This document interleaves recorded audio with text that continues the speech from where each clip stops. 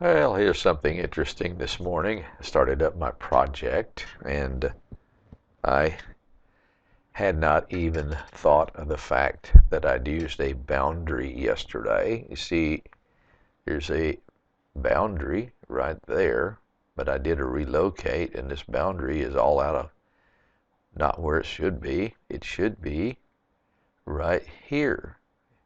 Normally I use P2P line and mark these just so that when I do relocate they will shift.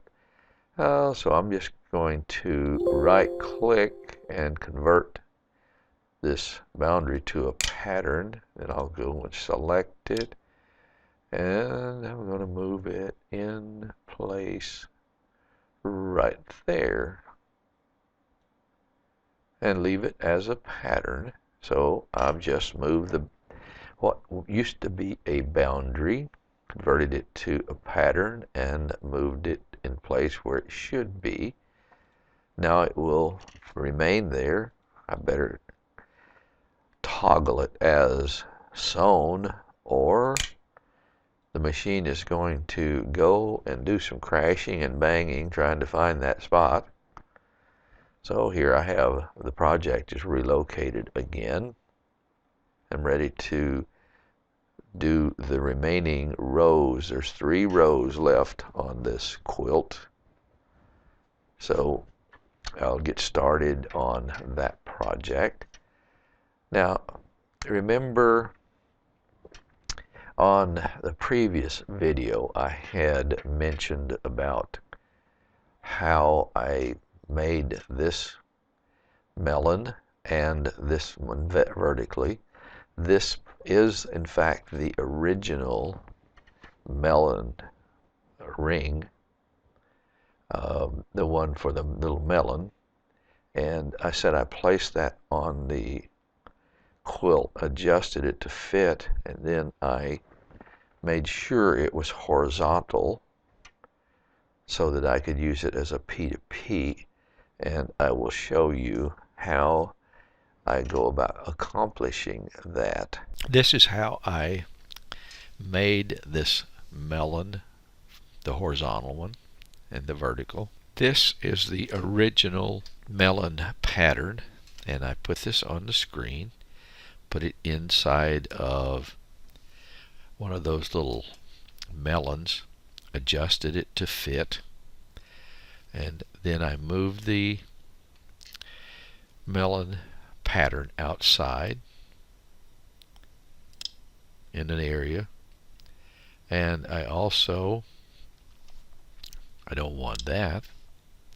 I want the melon pattern itself. That's a pattern that, okay, I want that.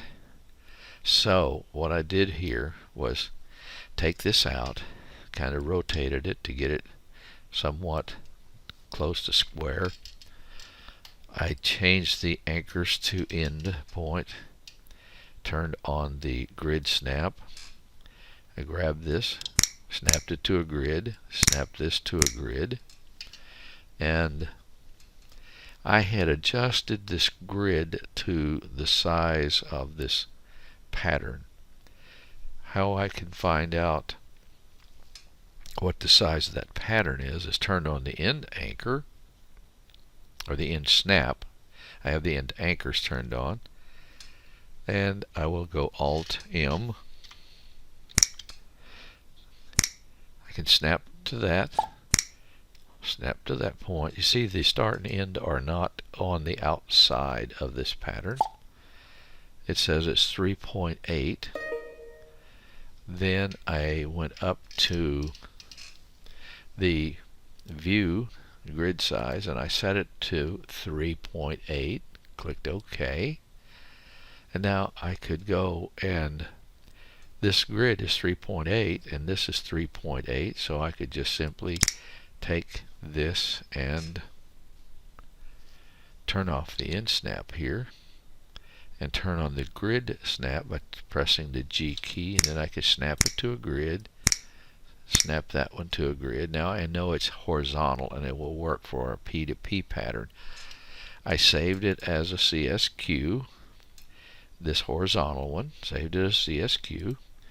Then I selected it, I rotated it 90 degrees, and I exported it to CSQ again as my vertical pattern. That is how I did this.